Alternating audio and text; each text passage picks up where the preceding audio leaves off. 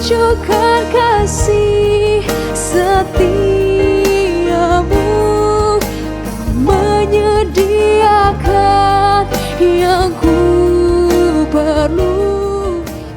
Shalom Bapak Ibu yang dikasihi Tuhan Yesus. Selamat datang di ibadah Welcome Baby Day. Sebelum mulai ibadah, mari sama-sama kita bersatu dalam doa. Bapa dalam surga, kami bersyukur Tuhan Yesus atas kebaikan-Mu dalam hidup kami Tuhan, atas kasih setia-Mu dalam hidup kami. Terima kasih Tuhan Yesus, kami menyatakan bahwa Engkau adalah Allah yang baik dalam hidup kami, Allah yang setia, Allah yang selalu ada dalam hidup kami, Allah yang selalu menyertai setiap kami. Terima kasih Tuhan Yesus, biar Engkau yang pimpin hidup kami Tuhan. Terima kasih. Terima kasih Tuhan Yesus.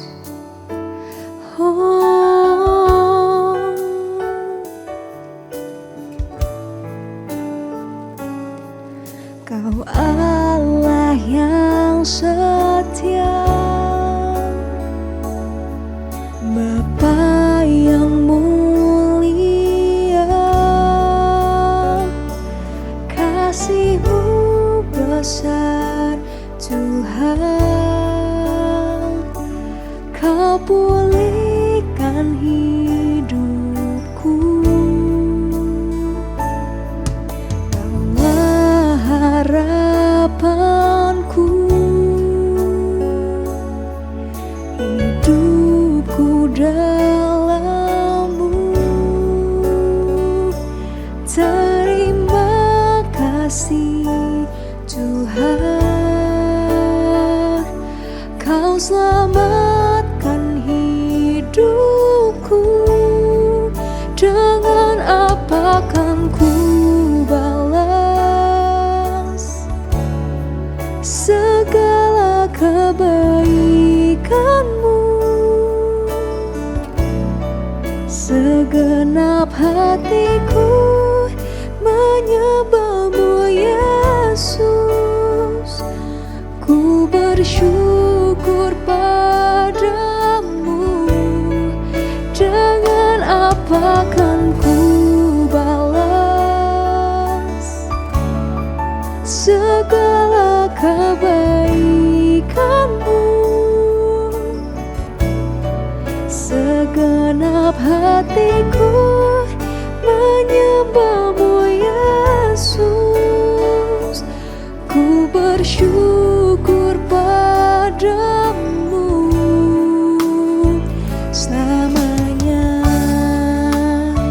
Mari dengan hati yang bersyukur nyatakan kepada Tuhan, Kau Allah yang setia,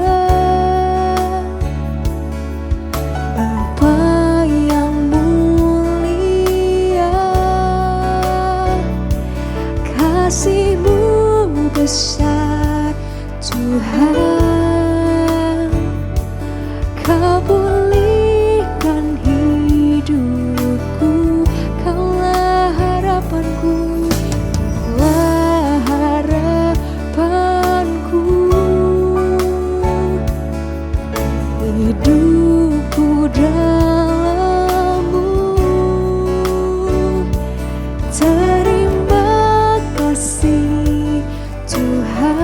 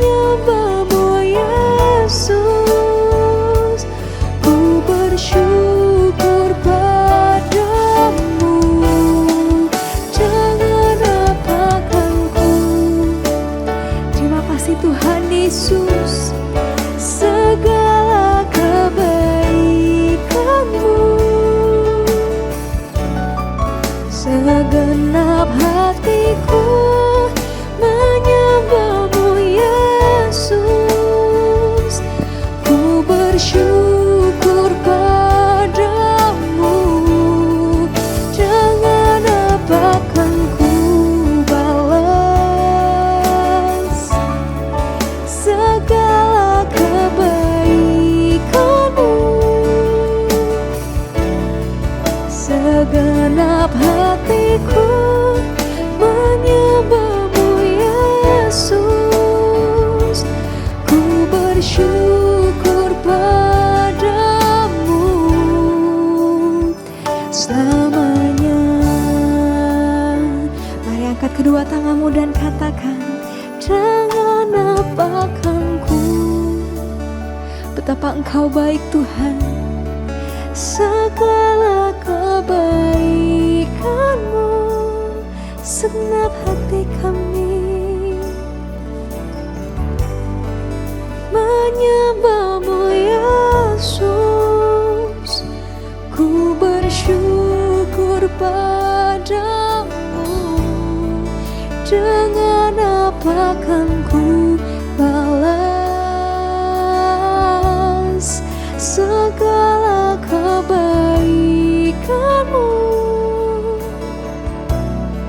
Segenap hatiku menyembahmu Yesus. Ku bersyukur padamu. Dengan apa kan ku balas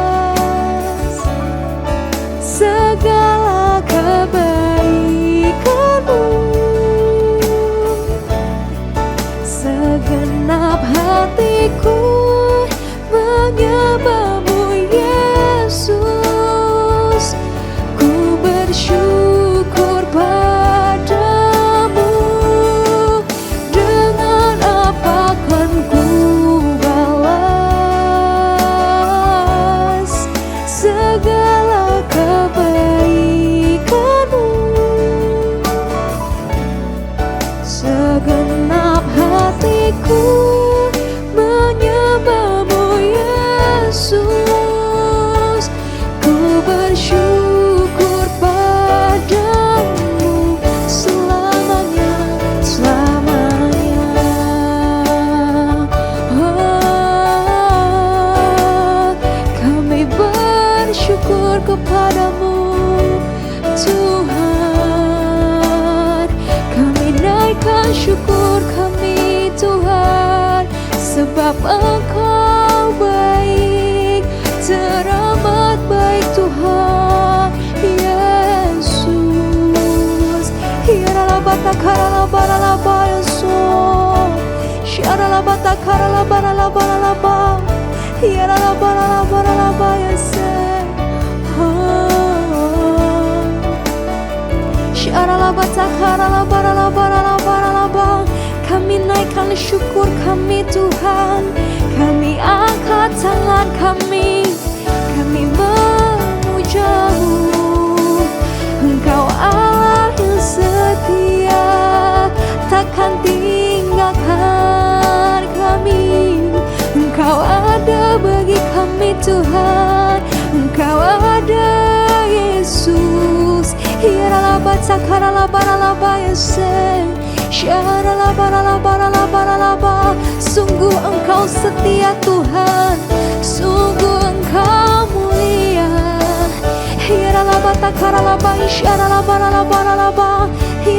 Kami bersyukur Tuhan memiliki Allah yang seperti Engkau Tuhan, Allah yang teramat setia dalam hidup kami. Terima kasih Yesus.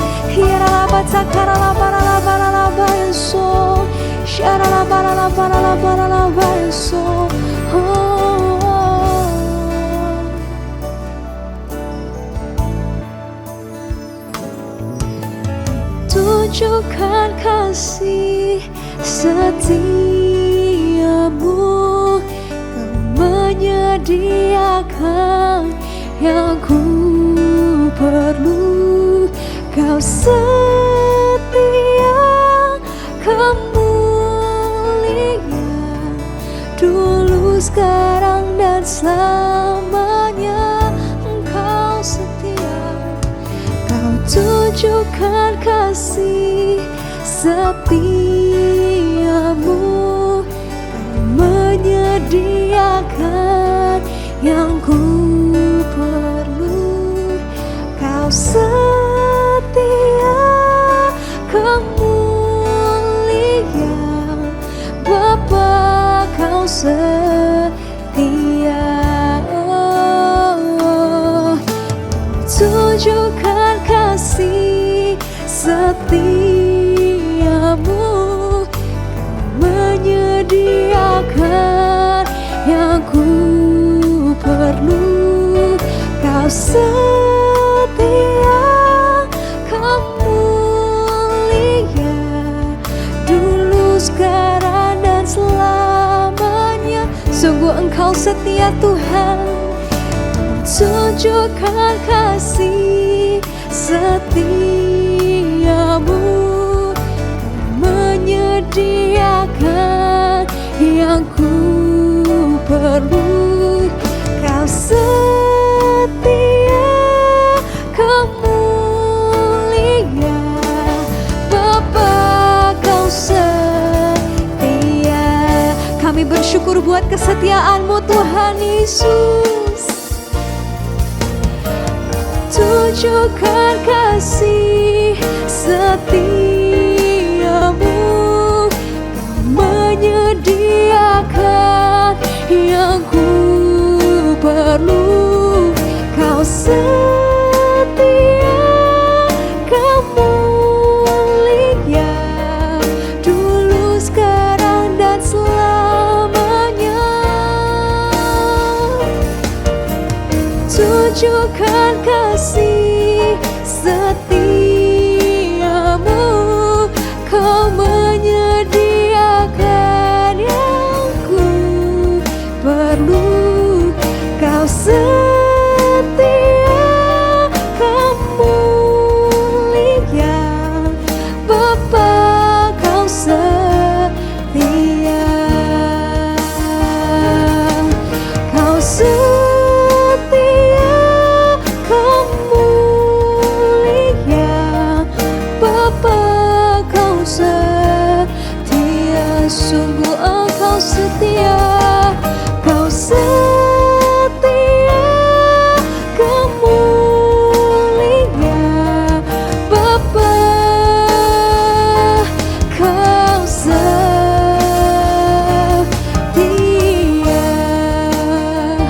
Oh,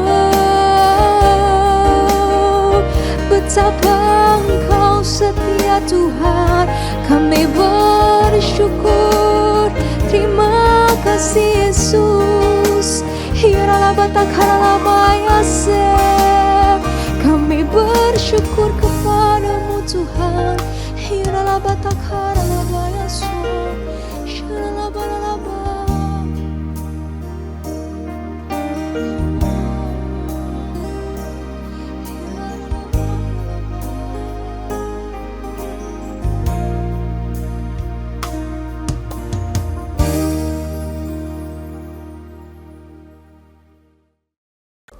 Shalom Jemaat Welcome Baby Day yang dikasihi Tuhan.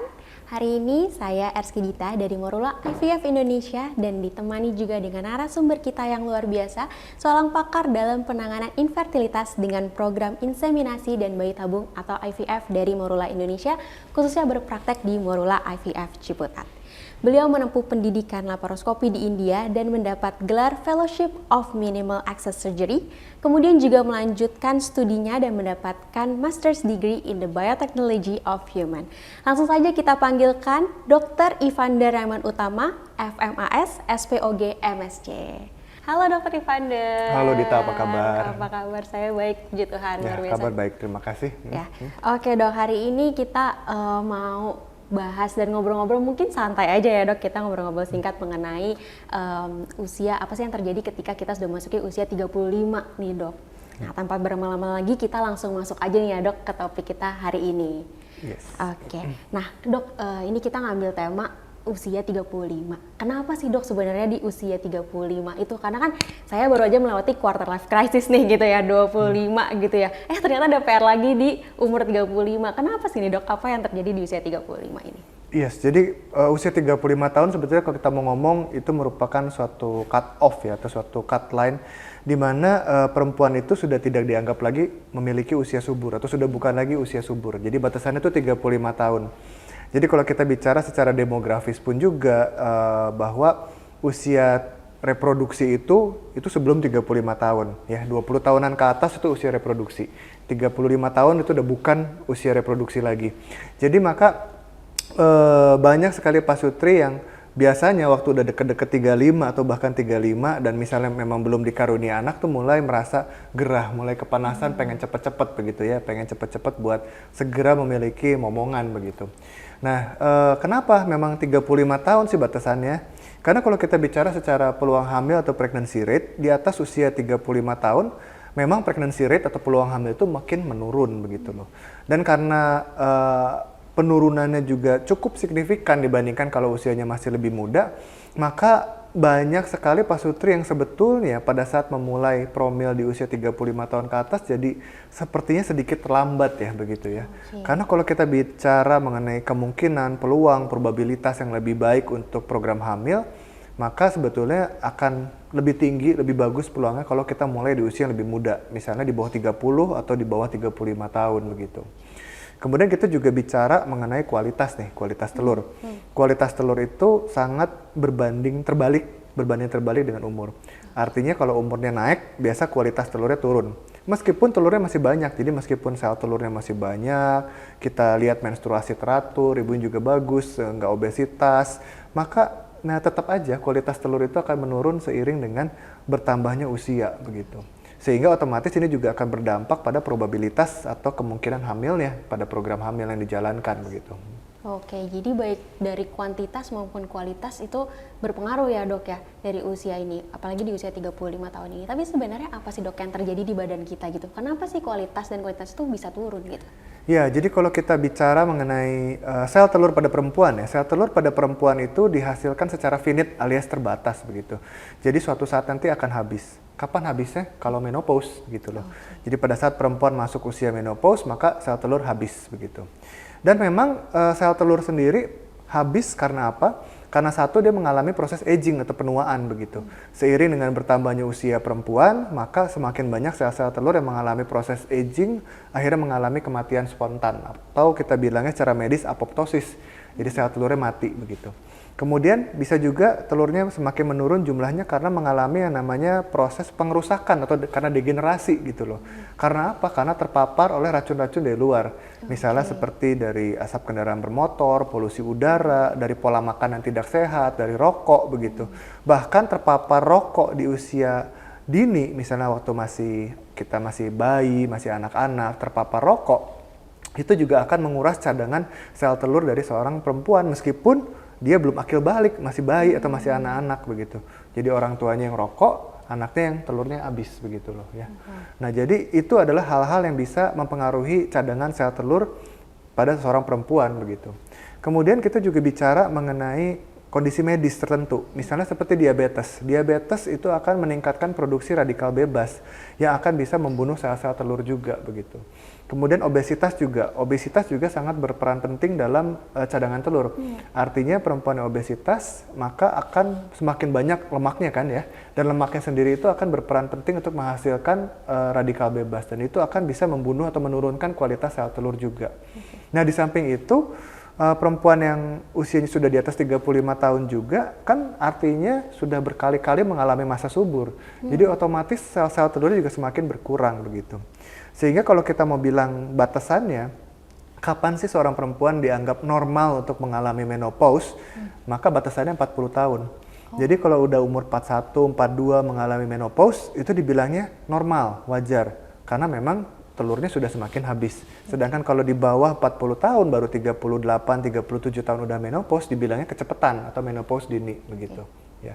Jadi itulah sebabnya kenapa 35 tahun juga sel-sel telur mulai habis, mulai mengalami degenerasi, mulai mengalami pengerusakan, mulai mengalami penurunan kualitas juga begitu. Ya. Oke.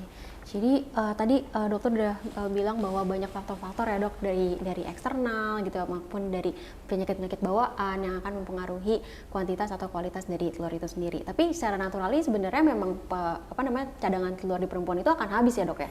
Secara natural ya betul. Jadi memang sel telur itu finite atau akan habis pada waktunya.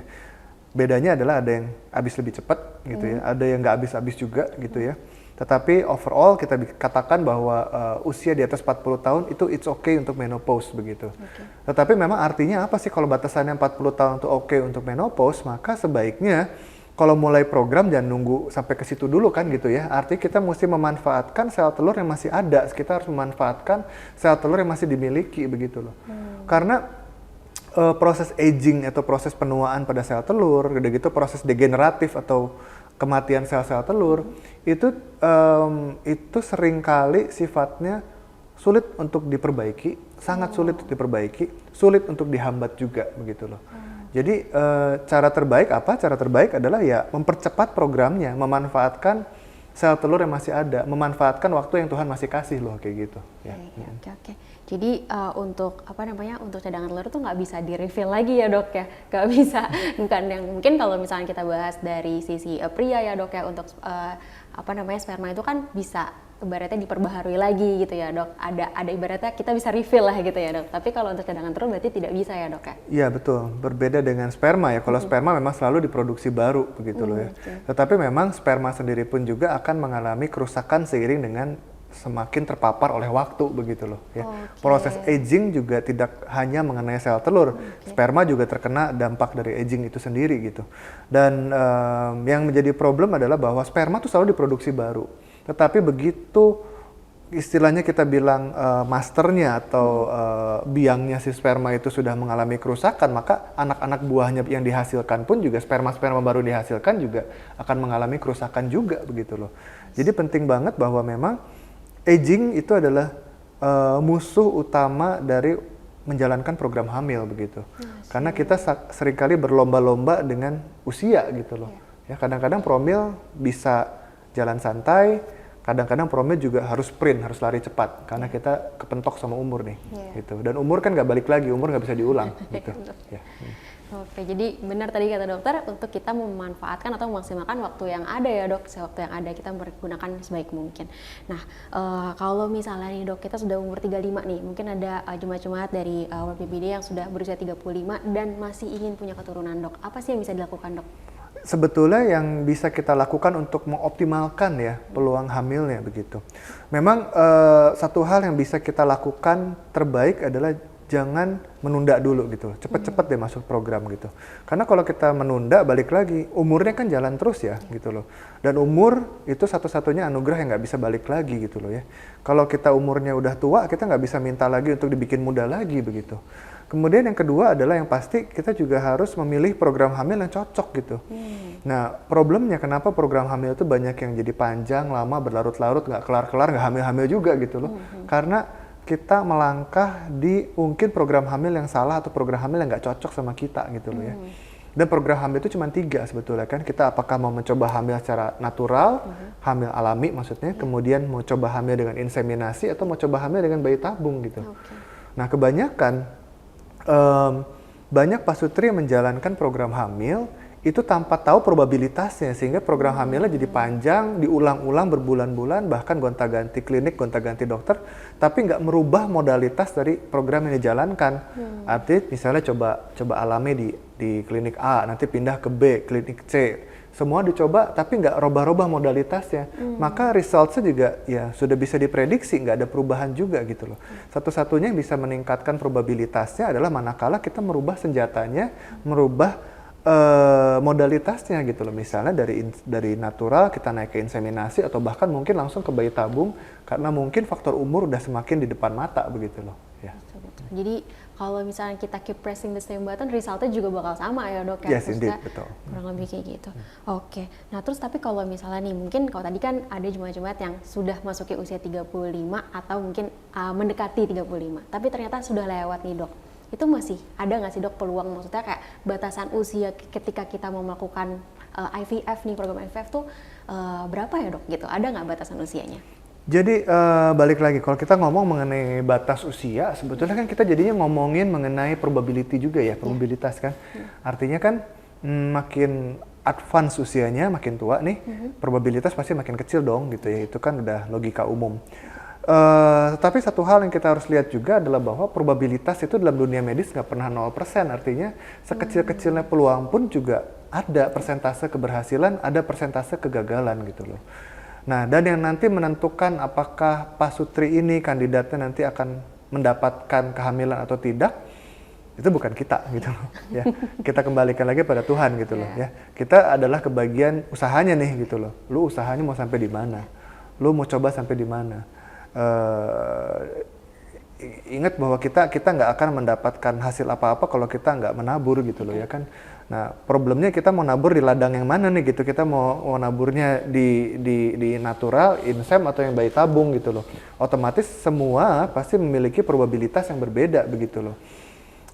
Misalnya umur udah 38 tahun misalnya nih. Terus kita tetap ngotot mau coba natural misalnya. Tentunya kan probabilitas natural tuh nggak terlalu besar. Apalagi kalau misalnya udah mencoba natural selama 5 tahun, 4 tahun, atau mungkin bahkan lebih dari itu. Ya artinya probabilitas kita nggak akan berubah. Kita akan menabur di ladang yang sama, dan resultnya pun juga bisa diprediksi, karena kita sudah pernah menabur di ladang itu sebelumnya. Nah mungkin kita harus mencoba ke modalitas yang lain gitu loh. Dan itulah maksud saya tadi bilang bahwa selama kita nggak merubah modalitasnya, kita nggak mencoba hal yang lain, kita nggak mencoba usaha yang lain, maka probabilitasnya bisa predictable gitu loh sebetulnya. Nah, balik lagi ke mengenai usia juga nih ya. Kita memang sarankan gitu untuk memulai program itu sebetulnya di bawah 35 tahun sebetulnya. Dan manakala memang udah terlewat dari masa 35 tahun itu, otomatis pilihan kita jadi nggak banyak. Karena kita di satu sisi umur jalan terus, di lain pihak kualitas telur juga jalan terus. Kemudian kita juga tahu bahwa semakin program itu diulang-ulang, semakin Pak Sutri ini kehabisan uang, gitu loh, ya kan? Jadi kita mesti memaksimalkan programnya itu sendiri, gitu loh. Jangan kita terus berjibaku pada jalan yang sama, ladang yang sama, saya bilang tadi, tapi peluangnya gitu-gitu aja, gitu. Ya.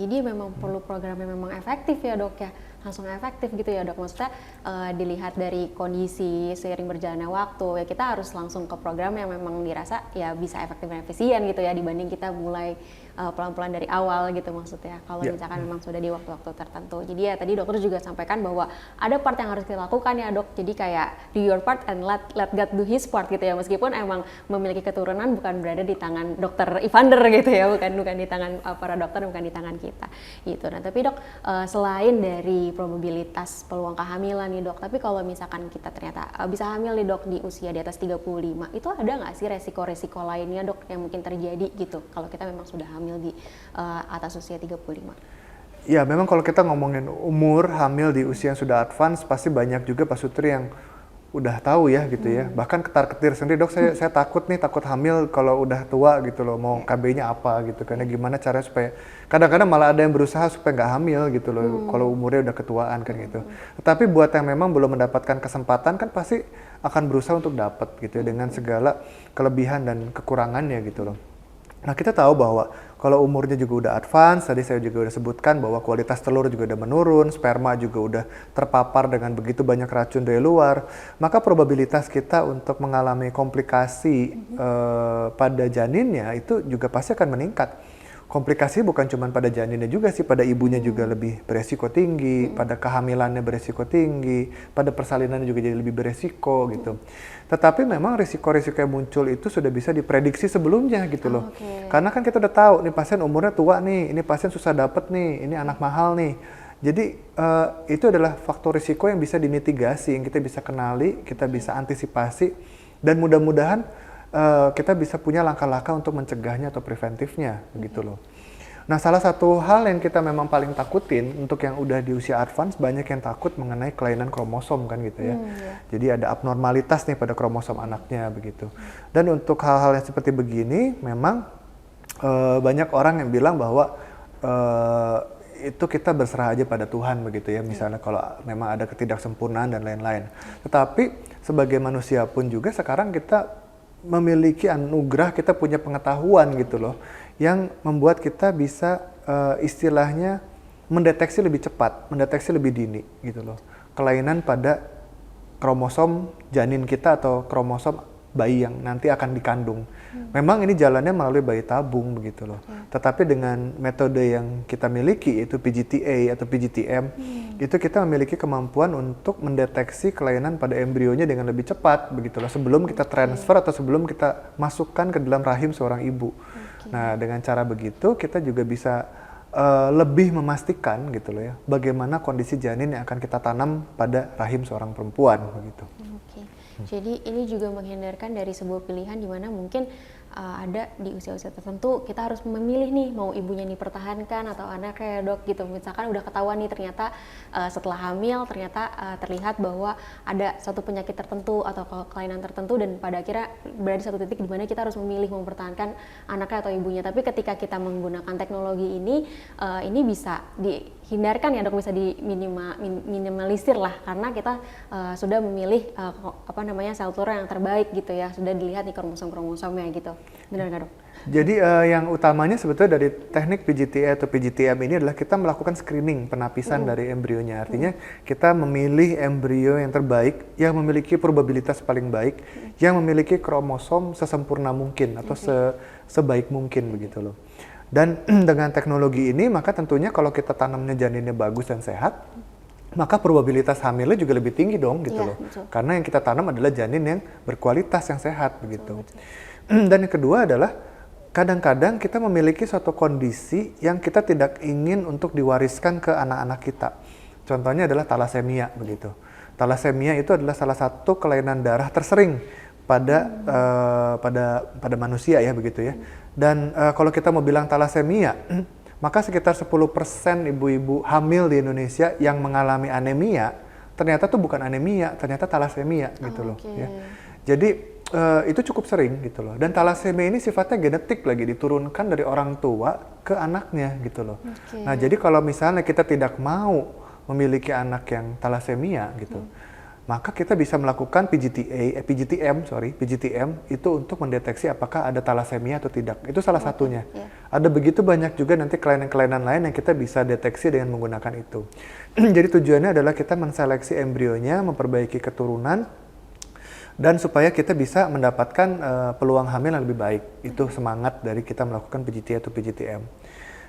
Termasuk juga dalam PGT-A atau PGT-M yang kita lakukan, kita juga bisa mendeteksi ke arah kelainan kromosom, misalnya seperti Down syndrome, Edwards syndrome, Patau syndrome, 3 kelainan kromosom tersering, di mana memang insidensi atau risiko Down syndrome itu akan meningkat seiring dengan bertambahnya usia seorang perempuan gitu loh. Ya apalagi kita tahu juga kalau suaminya juga misalnya usianya udah advance gitu loh, itu juga akan meningkatkan risiko ke arah kelainan kromosom gitu. Nah jadi dengan mengoptimalkan kualitas janin yang mau kita tanam, dengan memeriksa lebih dahulu kualitas janin yang akan kita tanam, mudah-mudahan usaha kita diberkati supaya punya probabilitas lebih baik begitu. Ya. Jadi kita udah tahu duluan bahkan sebelum janin itu ada di dalam rahim kita ya dok ya untuk yang teknologi ini gitu. Jadi kita diharapkan dari ketahuannya tuh lebih dulu gitu, jadi sebelum terlambat kita udah tahu lebih dulu. Mungkin kayak seperti saya, misalkan ada autoimun itu juga bisa dibantu juga ya dok dengan teknologi seperti ini. Ya, ada kelainan autoimun tertentu yang bisa kita deteksi, asal kita tahu apa yang kita mau deteksi, itu dia. Ya, kuncinya di situ. Jadi kita juga harus aware ya sebagai orang tua, calon orang tua nih, kita juga aware dengan diri kita sendiri gitu ya. Nah dok, kalau misalnya nih dok, saya misalkan mau fokus ke karir dulu, mungkin sekarang banyak nih remaja-remaja atau anak muda yang kayak kayaknya aku mau fokus deh ke karir dulu, atau aku mau sekolah setinggi-tingginya dan mau menunda usia pernikahan, mungkin baru mau nikah di umur 30 dan mungkin baru mau punya anak di umur 33 gitu ya dok. Nah itu kan ibaratnya udah semakin mepet nih ya dok ke 35 dan makin deg-degan gitu ya dok sebenarnya, dan emang pengen punya anak gitu. Nah ada nggak sih dok teknologi terbaru yang bisa untuk mengatasi case-case seperti itu gitu, misalkan mau menunda, nah kita nih dari masih muda nih harus apa nih dok? Ya, jadi kita banyak ketemu pasutri muda ya gitu ya, nikahnya agak cepet tapi pengen punya anaknya nanti ya, ada yang pengen beresin sekolah dulu, ada yang pengen benerin karir dulu, ada yang mau ya jalan-jalan dulu, bulan madu dulu dan lain-lain begitu. Ya, memang kita punya opsi yang cukup baik, itu kita bisa mempertahankan atau mempreserve kesuburan kita preserving fertility-nya gitu ya. Karena balik lagi tadi bahwa telur itu, sel telur perempuan makin bertambahnya usia, kualitasnya makin turun, peluang hamilnya makin menurun. Secara in general kualitasnya udah makin jelek deh gitu ya. Nah kemudian terutama untuk pasutri yang misalnya memang belum berencana untuk hamil dalam waktu dekat, punya agenda yang lebih penting dalam waktu dekat gitu ya, maka sebaiknya kita bisa melakukan preserving fertility. Kita pertahankan kesuburannya dengan cara apa? Sebetulnya kita bisa mencoba membekukan sel telurnya, itu nomor satu. Kita bisa mencoba egg freezing begitu. Malah kalau udah punya suami, udah nikah, pasutri muda, kita bekuin embrio aja gitu loh. Kita juga bisa, itu dengan bayi tabung memang ya. Kita bisa bekuin sel telur perempuannya. Kita bisa bekuin juga embrionya kalau udah ada suaminya. Jadi nanti manakala sudah ready untuk hamil, kita tinggal tanam janin yang kita dapatkan kemarin gitu loh. Meskipun ditanamnya di usia di atas 35 tahun, tetapi manakala kita bikin di bawah 35 tahun, maka kualitasnya akan seperti embrio yang di bawah 35 tahun. Jadi kita membekukan atau menghentikan waktu begitu loh. Jadi si embrionya nggak makin tua, tetapi kualitasnya tetap bagus karena usia waktu dibikinnya ibunya juga masih muda begitu. Nanti nanamnya belakangan, nanamnya di umur di atas 35 nggak masalah. Embrionya tetap umurnya di bawah 35 gitu loh. Ya. Nah, tetapi kita juga kadang-kadang memiliki situasi yang lain nih. Contohnya adalah seorang perempuan misalnya datang dengan keluhan nyeri haid hebat, belum nikah, ternyata punya kista endometriosis atau kista coklat. Ya, kebetulan belakangan ini lagi heboh mengenai endometriosis di media sosial begitu. Nah, kalau kita bicara mengenai endometriosis, maka endometriosis itu memiliki sifat yang sangat mendestruksi ke arah sel-sel telur. Jadi sel-sel telur seorang perempuan itu akan banyak yang rusak akibat endometriosis begitu. Nah, endometriosis sendiri memang obatnya sebetulnya yang paling benar tuh sebenarnya hamil begitu. Tetapi kita juga nggak bisa maksa nih buat yang belum punya pasangan, buat yang belum nikah, buat cepet-cepet hamil kan gitu. Bahkan yang udah married pun juga kita nggak bisa maksa buat cepet-cepet hamil kalau mereka belum siap begitu. Sehingga untuk pasutri yang memang harus atau untuk perempuan yang memang harus dioperasi endometriosisnya, sebelum sel-sel telurnya rusak, kita bisa simpen dulu, kita bisa keep dulu, kita bisa preserving fertility-nya dulu. Sehingga manakala nantinya kita perlu operasi, kita udah punya sel-sel telur yang sehat, yang berkualitas bagus untuk disimpan. Nantinya kalau akhirnya nanti punya pasangan, punya suami, dan berencana untuk hamil, kita bisa pakai sel telur yang berhasil kita selamatkan kemarin begitu loh. Jadi kita mempertahankan kesuburannya meskipun ibunya harus operasi dan lain-lain, tetapi dia punya sel-sel telur bagus yang sudah kita simpan sebelumnya. Jadi dia tidak akan mengorbankan sel-sel telur sehatnya demi memperoleh kenyamanan pada waktu operasi gara-gara endometriosisnya gitu ya. Jadi itu sebuah usaha di mana karena ini ya dok, sel telur atau embrio yang diambil itu umurnya sesuai dengan waktu di mana itu diambil ya dok ya. Jadi ibaratnya tadi dokter Evander juga bilang bahwa itu adalah usaha kita untuk dalam tanda kutip menghentikan waktu gitu, supaya kita nggak dikejar-kejar oleh waktu dan ya kita masih bisa melakukan, mungkin kita punya tugas dan panggilan callings yang lain di umur-umur tertentu gitu ya dok. Kita bisa fokus menjalankan itu dulu, baru nanti mungkin ketika memang sudah waktunya gitu, kita sudah ada callings nih, ternyata sudah siap punya anak, baik kita maupun pasangan kita, itu kita mungkin baru bisa mulai programnya bisa ditransfer lagi ya dok ya, untuk embrio atau sel telur yang sudah dibekukan. Oke, jadi mungkin kalau bisa disimpulkan hari ini ada teknologi juga terbaru yang dimiliki juga oleh Morula IVF Indonesia ya dok ya, untuk yang mungkin di usia 35 tahun masih ingin memiliki keturunan, bisa dibantu juga dengan bayi tabung atau IVF, dan juga untuk mendeteksi kromosomnya, keadaannya bagaimana, terus mungkin penyakit-penyakit bawaannya bisa dibantu juga dengan PGTA, dan juga mungkin untuk jemaat-jemaat yang punya callings dulu di umur-umur tertentu gitu ya, mungkin udah berdiskusi juga dengan pasangannya mau baru punya anak di usia 33 ataupun di atas 35 seperti yang Dr. Ivander jelaskan tadi, kita juga bisa ada teknologi yang membantu kita, yaitu namanya egg freezing gitu. Dan ya puji Tuhan, bersyukur ya Dok, seiring berjalannya waktu teknologi semakin maju, dan itu juga atas berkat karunia Tuhan juga, anugerah dari Tuhan, di mana manusia juga diberikan kepintaran gitu ya, diberikan kecerdasan untuk bisa menciptakan teknologi ini yang bisa membantu kita semua. Sebelum kita menutup bincang-bincang kita hari ini Dok, mungkin ada pesan-pesan yang mau disampaikan untuk jemaat Word BBD? Ya, mungkin ada satu lagi ya, yang kita teknologi yang belum kita sebut, yang belum kita mention, yaitu PRP ovarium. PRP ovarium itu memang belum banyak yang mengadopsi, belum banyak klinik yang mengadopsi juga. Itu suatu usaha, namanya juga usaha ya, untuk kita memperbaiki kualitas sel telur, terutama pada individu dengan yang sudah pernah gagal program hamilnya, untuk individu yang sel telurnya udah tinggal sedikit banget gitu ya. Maka kita masih bisa mencoba dengan menggunakan PRP ovarium untuk meningkatkan kualitas dan mudah-mudahan kuantitas dari sel telurnya begitu. Dan teknologi ini sebetulnya cukup aman gitu loh. Yaitu dengan menginjeksikan indung telur itu rumahnya sel-sel telur gitu, kita injeksikan dengan trombosit dari darah ibunya sendiri begitu. Nah, teknologi ini memang belum banyak yang mengadopsi, tetapi teknologi ini memang terbukti bermanfaat, terutama pada tadi saya bilang untuk meningkatkan kualitas sel telur, atau untuk mudah-mudahan bisa meningkatkan kuantitas atau jumlah sel telur. Juga untuk mereka-mereka yang sudah pernah program sebelumnya dan ternyata kualitas sel telurnya nggak bisa banyak, nggak bisa bagus begitu. Nah, mungkin dengan diberikan PRP ovarium akan bisa mendapatkan hasil yang berbeda begitu. Ya, overall memang betul bahwa program hamil tuh limited edition, artinya nggak semua pasutri gitu memiliki peluang untuk menjalankan program hamil lama, berlarut-larut dan berkali-kali begitu loh.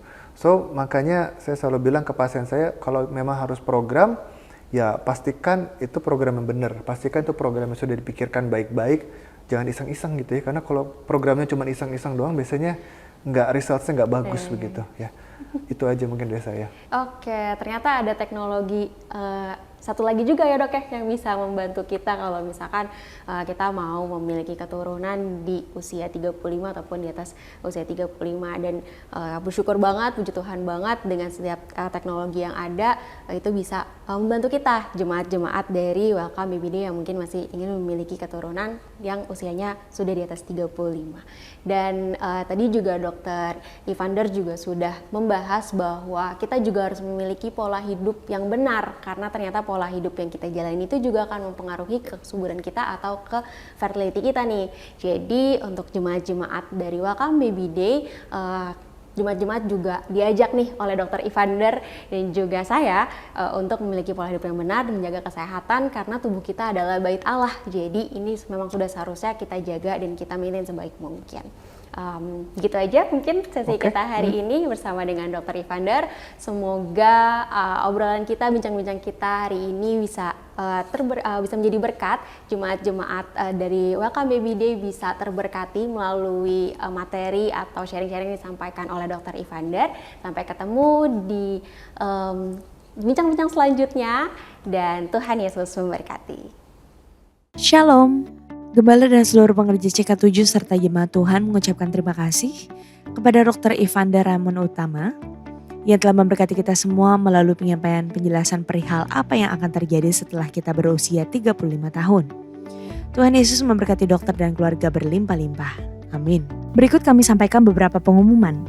Ibadah Raya via live streaming hari Minggu tanggal 2 April 2023 pukul 7, 9, 11.30, 14, dan 16.30 waktu Indonesia Barat akan dilayani oleh Pendeta Timotius Arifin Teja Sukmana. Ibadah tayang ulang atau rerun yang dilakukan secara onsite untuk ibadah Mandarin Service, 2 PM yang Professional and Couple Service, 316 Youth English Ministry, ibadah Junior Church, serta King's Kid, ibadah anak berkebutuhan khusus di channel YouTube GBI PRJ CK7.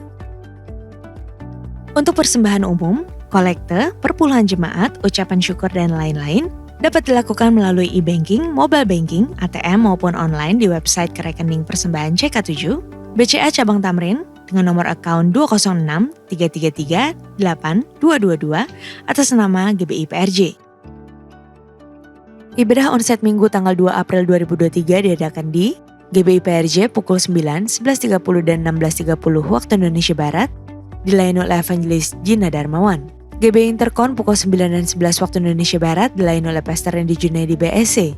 Pukul 16.30 waktu Indonesia Barat, dilayani oleh PDP Juan Lesmana Bekom. GBI Alam Sutra Mall pukul 9, 11 dan 13 waktu Indonesia Barat, dilayani oleh PDM Willy Santoso BSC. Pukul 15 dan 17 waktu Indonesia Barat, dilayani oleh PDM Indarwanto Tarigan BA. GBI PRJ Pluit pukul 9 dan 11 waktu Indonesia Barat, dilayani oleh Pendeta Dr. Yanto Simko Putra MD PhD. GBI PRJ Mandarin pukul 9 waktu Indonesia Barat, dilayani oleh PDP Tirsa Juliana Wibowo. GBI HCR pukul 9 waktu Indonesia Barat, dilayani oleh PDP Charlie. GBI St. Moritz pukul 9 dan 11 waktu Indonesia Barat, dilayani oleh Evangelis Indri Pardede.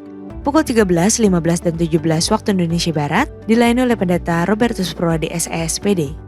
Ibadah raya onsite di atas disertai juga dengan ibadah pemuda dan anak secara onsite. Sesuai firman Tuhan dalam Amsal 3 ayat 9 mengatakan, "Muliakanlah Tuhan dengan hartamu dan dengan hasil pertama dari segala penghasilanmu. Maka lumbung-lumbungmu akan diisi penuh sampai melimpah-limpah, dan bejana pemerahanmu akan meluap dengan air buah anggurnya." Dan sesuai pesan Gembala Sidang untuk kita menaati firman Tuhan tersebut, maka sebagai gereja yang sepenuhnya mengikuti firman Tuhan, mari kita membawa persembahan buah sulung dengan sukarela tanpa paksaan, penuh sukacita dan ucapan syukur. Lakukan dengan beriman saja. Persembahan buah sulung dapat ditransfer ke rekening BCA Cabang Tamrin dengan nomor account 206 371 7878 atas nama GBI PRJ. Atau dapat menggunakan amplop persembahan dan dimasukkan ke dalam kotak-kotak persembahan yang tersedia di pintu masuk dan pintu keluar.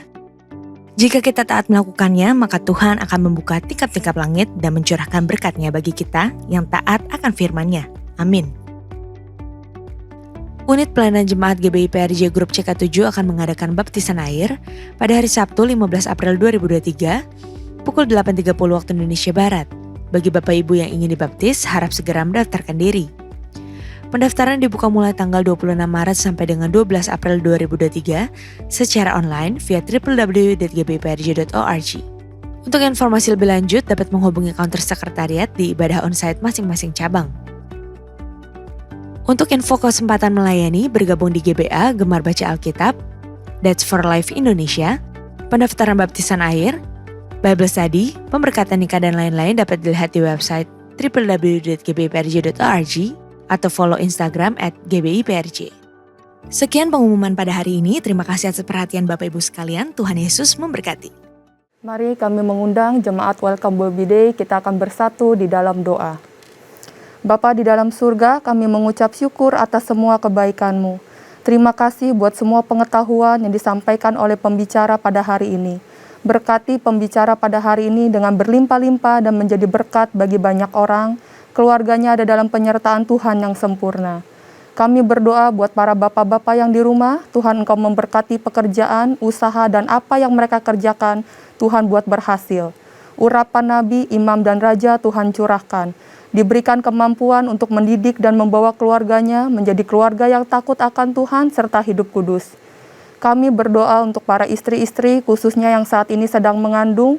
Diberkatilah para istri-istri menjadi tiang doa yang kokoh, dan diberi hikmat dalam tugasnya menjadi seorang istri dan ibu bagi anak-anaknya. Diberkatilah kehamilannya, diberikan tubuh yang selalu sehat dan kuat selama masa kehamilan. Tuhan jaga dan pelihara dan dijauhkan dari virus COVID-19. Proses kelahiran Tuhan campur tangan, dibuat lancar dan dijauhkan dari segala halangan. Saat ini saya mengajak para bapak-bapak dan ibu-ibu, mari kita sama-sama berdoa buat balita dan janin yang ada di dalam kandungan. Diberkatilah setiap janin yang di dalam kandungan, berkembang dengan sempurna, sehat, dan kuat. Lahir menjadi anak yang takut akan Tuhan, cinta orang tua dan sesama. Diberkati dengan urapan Daniel 10 kali lebih unggul dan cerdas daripada orang dunia. Kami berdoa buat Gembala Sidang kami, Pak Niko, dan Gembala CK7, Pak Dr. Yanto, diberi kesehatan dan kekuatan senantiasa, dan diberkati pekerjaan serta pelayanan oleh Tuhan.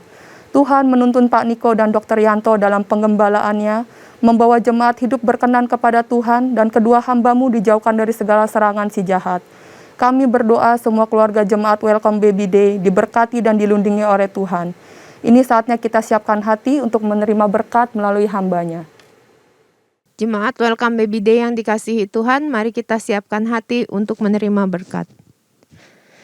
Terimalah berkat yang berlimpah-limpah dari Allah Bapa, kasih karunia dari Anak yang tunggal Yesus Kristus, dan penyertaan yang manis dari Roh Kudus menyertai kita mulai hari ini sampai Maranatha, bahkan untuk selama-lamanya. Haleluya. Amin.